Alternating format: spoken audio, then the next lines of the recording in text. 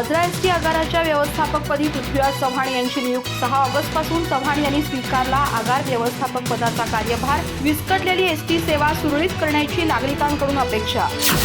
महाराष्ट्र राज्य मार्ग परिवहन मंडळाच्या आजरा आगाराच्या आगार व्यवस्थापकपदी पृथ्वीराज बाजीराव चव्हाण यांची नियुक्ती करण्यात आली आहे। प्रादेशिक व्यवस्थापक पुणे प्रदेश यांच्या निर्देशानुसार ही नियुक्ती करण्यात आली असून दिनांक 6 ऑगस्ट 2026 पासून चव्हाण यांनी आजरा आगार व्यवस्थापक म्हणून कार्यभार स्वीकारला आहे। आजरा आगाराचे प्रशासकीय आणि दैनंदिन कामकाज सुरळीतपणे पार पाडण्याची जबाबदारी त्यांच्यावर सोपवण्यात आली आहे।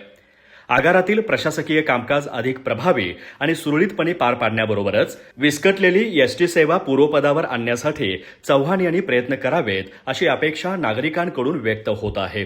यावेळी महाराष्ट्र एसटी कामगार सेना उबाटाचे अध्यक्ष मिलिंद मोरे, सचिव तन्वीर काकतीकर, सूर्यकांत कदम, सूर्यकांत गुरव, धीरज फगरे, शशिकांत शिंदे, विजय गुरव, डॅनियल डिसोजा, गाडे यांच्यासह चालक आणि वाहक उपस्थित होते। अधिक माहिती आणि ताज्या घडामोडींसाठी आजच आमचे चॅनल सबस्क्राइब करा।